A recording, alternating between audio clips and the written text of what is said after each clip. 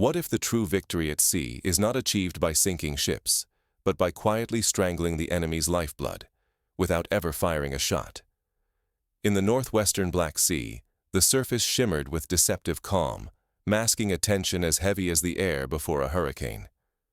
Beneath this stillness, a colossal contest raged for the fate of Odessa, Chornomorsk, and Yuzhny. These ports were not mere dots on a chart. They were the beating heart of the enemy's war machine. Losing them would mean disaster. No more tanks, no more shells, no more hope for the southern front. The enemy recognized the risk. In desperation, they transformed the coastline into a steel barrier, layer after layer of bunkers, missile batteries, radar webs, air defenses, and drifting mines, all braced for the classic storm of marines and landing craft. But this time, the old playbook was worthless. The defenders braced for yesterday's war, never suspecting that the real attack would come unseen. There would be no thunder of invasion, only silence, as every ship, every cargo, every message was cut off. The first lethal blow was not explosive, but suffocating. In this new age of high-tech warfare, dominance belongs to those who seize information, clamp down on supply lines, and sap the enemy's will to fight. Miss this shift, and you risk utter collapse, on the battlefield, in business, or in life itself. To grasp how this silent stranglehold unfolded, let us follow the rise of Neptune's Vise from its very roots. The operation did not begin with a dramatic assault, but with careful preparation and calculated moves. Every step was designed to tighten the grip, one turn at a time. Why batter a fortress when you can isolate it, turning it into an island with no lifeline? That was the question confronting Russian command in the northwestern Black Sea. The real prize was not just the ports, their concrete, their cranes, but what pulsed through them, arteries carrying the lifeblood of the enemy's war machine. 7 out of every 10 shipments, tanks, howitzers, ammunition, flowed through these ports. Odessa, Chornomorsk, Yuzhny, the last open veins feeding the front. If these ports were cut off, the enemy's entire military machine would sputter and die. Without the sea's steady pulse, everything on land would wither. The enemy understood this too. They did more than dig in. They built a fortress, layer upon layer of anti-air batteries, radar nets, and fields of sea mines so thick they blurred the shoreline. From the coast, the defenses looked unbreakable. They prepared for a classic amphibious storm, steel and fire, wave after wave, landing craft grinding forward. Every plan, every gun, every rehearsal pointed to that kind of onslaught. Russian command saw the flaw. Why spill blood in a frontal assault when you could deny the enemy their lifelines altogether? Instead of chasing territory, the new strategy aimed for something more devastating: absolute control of the sea lanes. The mission was to strangle, not storm, to create a blockade so tight that not a single crate, not one shell could slip through. This demanded abandoning old habits. No more glory in inch-by-inch advances.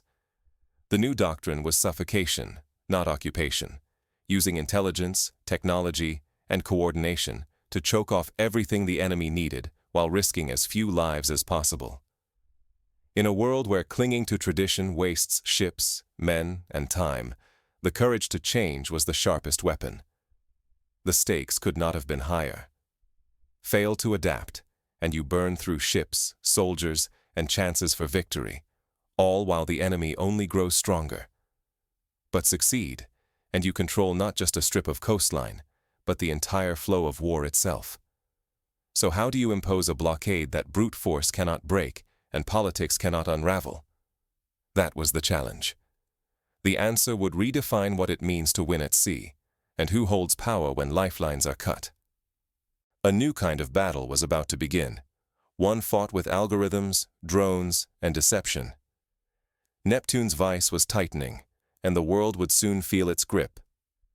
Picture a blockade not as a mere barrier, but as a living, breathing web, one that adapts, constricts, and outthinks its prey. This was the true brilliance of Operation Neptune's Vise. Russian planners designed it as a multi-layered machine, steel, circuits, and data, working in perfect synchrony to create something more formidable than any wall of ships or mines. They abandoned the old model of charging into mined harbors or battering down coastal defenses. Instead, they envisioned 3 concentric rings, each with its own mission and tempo. The outermost layer, reaching nearly 250 kilometers from shore, was patrolled by missile-armed frigates and corvettes. These warships did far more than block passage.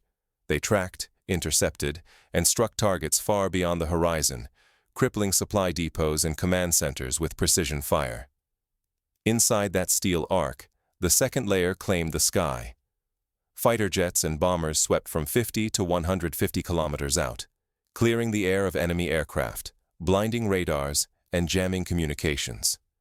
Their dominance turned the airspace into a killing ground, denying the adversary any warning or support. But the innermost ring was the true innovation. Just 50 kilometers from shore, the blockade took on a new, almost ghostly form. Unmanned surface vessels, robotic speedboats, and marine drones formed a shifting, intelligent net. These machines laid smart mines, scanned the water in real time, and relentlessly hunted any vessel daring to dart through. Mechanical, tireless, and often invisible, these were the fangs of the Vise. At the heart of the system pulsed a central intelligence node, a fusion center that stitched together satellite feeds, aerial reconnaissance, intercepted signals, and submarine reports. This was not merely a watchtower, it was a conductor, orchestrating the entire blockade in real time. It shifted assets, anticipated threats, and unleashed strikes with a speed no human staff could match. Operation Neptune's Vise unfolded in 3 ruthless acts. First, silent submarines mapped enemy defenses and flagged safe passages. Second, a relentless air campaign shattered anti-access systems and seized the sky. Only then did the robotic net tighten, strangling what remained of enemy supply lines and escape routes. The system's deadliest secret was its feedback loop. Every layer watched, learned, and passed intelligence to the next. Submarines charted minefields, drones confirmed openings, aircraft wiped out countermeasures, ships sealed the gaps. Information flowed without pause, melding each layer into a single, ever-adapting organism. The result was near-perfect awareness, and a force that struck faster than any opponent could react. To underestimate this integrated power was to court disaster. By the time the enemy grasped what was happening, the Vise had snapped shut. No reinforcements got in, no survivors got out. Yet the brilliance of Neptune's Vise was not just mechanical, it was psychological. Its very presence forced the enemy into desperate gambits, setting the stage for the next turning point.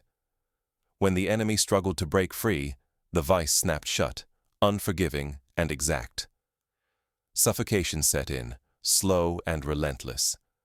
A desperate convoy, ships flying many nations' flags, risked everything on a bold sprint through the blockade. Their gamble relied on hesitation, on the hope that Russia would not dare a direct confrontation with the world watching. But Russian resolve never wavered. Before the convoy breached the outermost ring, Russian sensors picked them up. Electronic warfare unfurled across the waves. Communications died, navigation went blind. Radio bands filled with chilling messages, turn back or face consequences. The sea itself seemed hostile, every echo a threat. Yet the convoy pressed on, nerves fraying. That is when the first strikes landed, surgical, terrifying. Missiles and drones disabled propulsion, blinded radars, and severed steering on escort ships. No vessel was sent to the bottom, but the meaning was unmistakable. The blockade was absolute. As panic threatened to spread, the next wave arrived. Swarms of unmanned sea drones, dozens upon dozens, materializing from nowhere. They carved off every route, weaving a shifting net around the immobilized ships. Surrounded, isolated, and cut off from the outside world, the convoy's will crumbled. They surrendered, their mission shattered before it truly began. In a single night, the sea lanes closed both physically and psychologically. Hope of relief inside the encirclement flickered out. Artillery fell silent for lack of shells. Armored columns stalled. Fuel gone. Repair crews stood helpless. Supply links snapped one by one.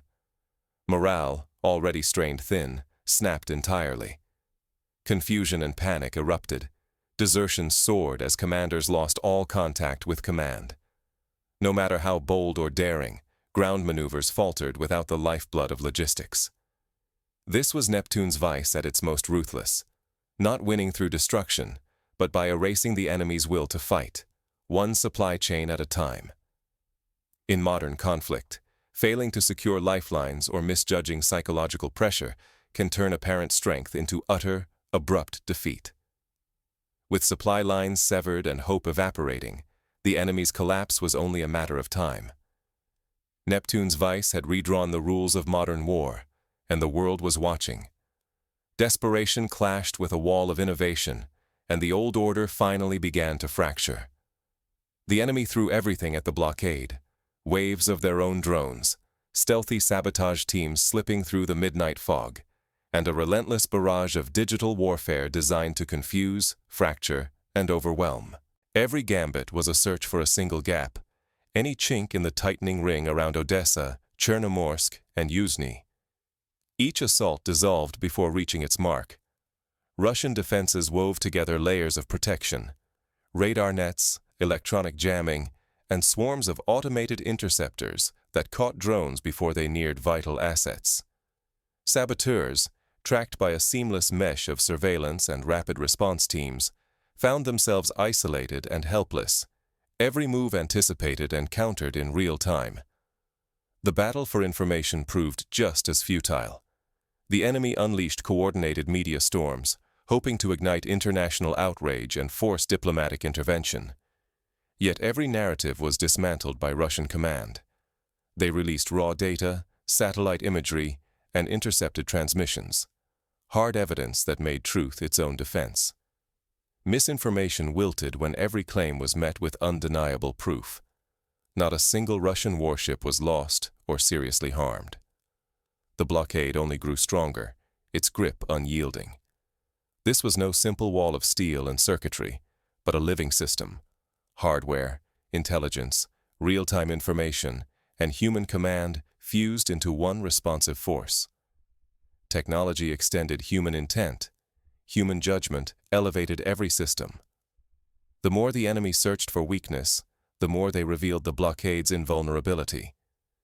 Every physical, digital, or psychological probe was absorbed and countered, as if the system learned and evolved with each new attempt. Neptune's Vise had become more than the sum of its parts, not just machines, but a dynamic architecture of control. Where the enemy expected to outsmart or outfight, they found a new kind of war. Not a contest of individual battles, but a demonstration of total systemic mastery. The message was unmistakable. Survival now belonged to those who could integrate and synchronize every element, every domain, in real time. Neptune's Vise is not just a victory in the Black Sea. It is a warning, etched in data and steel, for every force that hopes to shape the future. Only those who command the system as a whole will endure in tomorrow's wars. With Neptune's Vise unbreakable, the world was forced to reckon with a new vision of warfare, one where dominance was measured not in firepower, but in control of the system itself. The rules of conflict had changed, and those who failed to adapt would soon find themselves outmaneuvered and obsolete. The old playbook lies buried. In this new era, victory does not belong to those with the largest guns or the thickest armor, but to those who master systems, information, and the flow of resources. The unprepared are not merely defeated, they are erased, outmaneuvered before they even realize the rules have changed. Neptune's Vise was never about dramatic ship-to-ship duels or spectacular battles for the cameras. Instead, it was about cutting the enemy's veins, severing the lifelines of supply and command, leaving a once mighty force starved and paralyzed. In just a handful of weeks, the dogmas of naval warfare were shattered. There were no massed invasions, no desperate landings, only the steady constriction of technological and informational pressure, tightening with every passing day until the adversary suffocated. Picture 3 invisible walls closing around the northwestern Black Sea. The outermost ring, composed of missile-laden frigates and corvettes, blocked every possible seaborne reinforcement or escape. The middle cordon, held by vigilant fighters and bombers, claimed the skies and turned them into a blind spot for the enemy. The innermost shield, hugging the coastline, was a restless swarm of unmanned boats and robotic sentinels, laying mines, scanning ceaselessly, and striking at anything bold enough to approach the ports. This was not a mere fleet, but a living network, one organism, orchestrated from a single command center, fed by real-time data from satellites, submarines, and electronic eyes. The result: shipments vanished, reinforcements dwindled, command posts went silent. The enemy's fortress, meticulously fortified, became a golden cage. Every old certainty about strength, territory, and maritime power was upended. Why does this matter beyond the Black Sea? Because Neptune's Vise shows the new blueprint for dominance, no matter the arena. Whether you command a navy, run a business, or steer your own life, the lesson is identical. Control the flows of information, resources, access, and you control the outcome. Cling to brute strength or yesterday's habits, and you risk being surrounded by invisible forces, trapped before you even sense the danger. The dawn of Neptune's Vise is more than a single victory. It signals an era where triumph belongs to those who innovate, synchronize, and perceive the whole system. Those who ignore the shift sleepwalk into irrelevance. The new wars are already unfolding, not just with missiles and machines, but with algorithms, data streams, and unseen hands closing around the world's vital channels. To win in this age, you must internalize this transformation. Examine the networks you rely on, probe your vulnerabilities, and learn to outthink, not just outmuscle, your competition. The next wave of challenges is already on the horizon, and only those who recognize the patterns early will have the power to shape what follows. But let's go deeper. Why does this method, this silent stranglehold, resonate beyond the Black Sea, echoing through the annals of history and the strategies of tomorrow? Let's examine concrete examples, historical parallels, and practical steps you can apply, whether in war, work, or personal challenge. Consider the siege of Leningrad during the Second World War. German forces did not rely solely on direct assault. For nearly 900 days, they blockaded the city, hoping starvation and isolation would do what bombs could not. The city suffered horribly, but the psychological and logistical pressure nearly broke its defenders. Neptune's Vise perfects this principle, using 21st-century technology to make isolation total and inescapable. Or think of the British Royal Navy's blockade of Napoleonic France in the early 19th century. By choking off trade and military supplies, the British did not just win battles at sea, they crippled Napoleon's entire war effort. Factories stood idle, armies starved, and morale collapsed long before the final battles were fought. The lesson? Cutting the lifeline can be more decisive than any cannonade or cavalry charge. Fast forward to the Cuban Missile Crisis of 1962. The United States Navy established a quarantine ring around Cuba. No Soviet ship could enter without risk of interception. The crisis was resolved not by a firefight, but by demonstrating total control of the sea, forcing the adversary to blink first. Once again, a silent blockade proved mightier than direct conflict. In the business world, the same logic applies. Think of how Amazon, by mastering logistics, data, and supply chains, was able to outcompete rivals who clung to traditional retail models.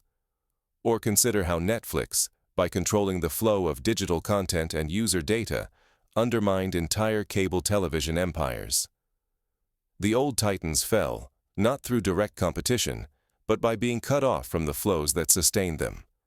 Now imagine this in your own life. Suppose you are locked in competition, at work, in sports, or in a creative field. The instinct is often to attack directly, to overwhelm with effort. But what if you focused instead on the crucial flows that sustain your rival? Their information sources, their energy, their support networks. By quietly restricting these, you sap their strength before the contest even begins. It is the difference between wrestling an opponent's limbs and cutting off their oxygen. Let's illustrate with a scenario. Imagine a startup aiming to disrupt a dominant corporation. Instead of launching a frontal assault with heavy marketing, the startup identifies the incumbent's key supply chain partners and offers them a better deal. Then it builds a superior data collection system, gaining insights into customer preferences the old company cannot match. The incumbent, starved of both supplies and intelligence, finds its position eroded, not by a single blow, but by 1,000 tiny cuts. Neptune's Vise, then, is not just a military tactic, it is a blueprint for systemic dominance. It teaches us to look beyond the obvious, to seek the hidden arteries that feed strength. By mastering these flows, you gain leverage far out of proportion to your resources. So how can you apply these lessons practically? First, map your environment. In any contest, identify the true sources of power, the critical supply lines, the information networks, the choke points where flows can be shaped or stopped. In military terms, this means understanding the enemy's logistics, communications, and morale. In business, it's knowing your competitors' suppliers, data sources, and customer touchpoints. In personal development, it's your habits, routines, and sources of motivation. Second, innovate relentlessly. The defenders in the Black Sea trusted in old methods, fortifications, minefields, and direct confrontation. The attackers rewrote the playbook, fusing drones, AI, and real-time intelligence. In your own field, ask, where are you relying on tradition? What new tools or methods could give you an edge? Third, synchronize your efforts. Neptune's Vise was not a collection of isolated systems. It was a living organism. Information flowed instantly from sea to air to land, with each domain supporting the others. In your projects, cultivate seamless communication and integration between teams. Break down silos. Ensure every action reinforces the whole. Fourth, apply psychological pressure. Physical blockades matter, but often it is the enemy's morale that collapses first. In negotiations, competition, or conflict, use information, timing, and demonstration of capability to unsettle your opponent. Let them feel surrounded, their options narrowing, until surrender becomes the rational choice. Fifth, prepare for counter moves. Even the best blockades face probes and attacks. Neptune's Vise absorbed enemy innovations and grew stronger. Build feedback loops in your own strategies, monitor results, adapt quickly, and never stop learning from each attempt against you. Finally, always remember, in the age of systems, the old markers of strength, sheer size, visible firepower, territory, matter less than the flows you control. Those who master these invisible networks shape the outcome, often without a single shot being fired. As Neptune's Vise illustrates, the future belongs to those who think in systems, who innovate boldly, and who relentlessly control the flows that matter.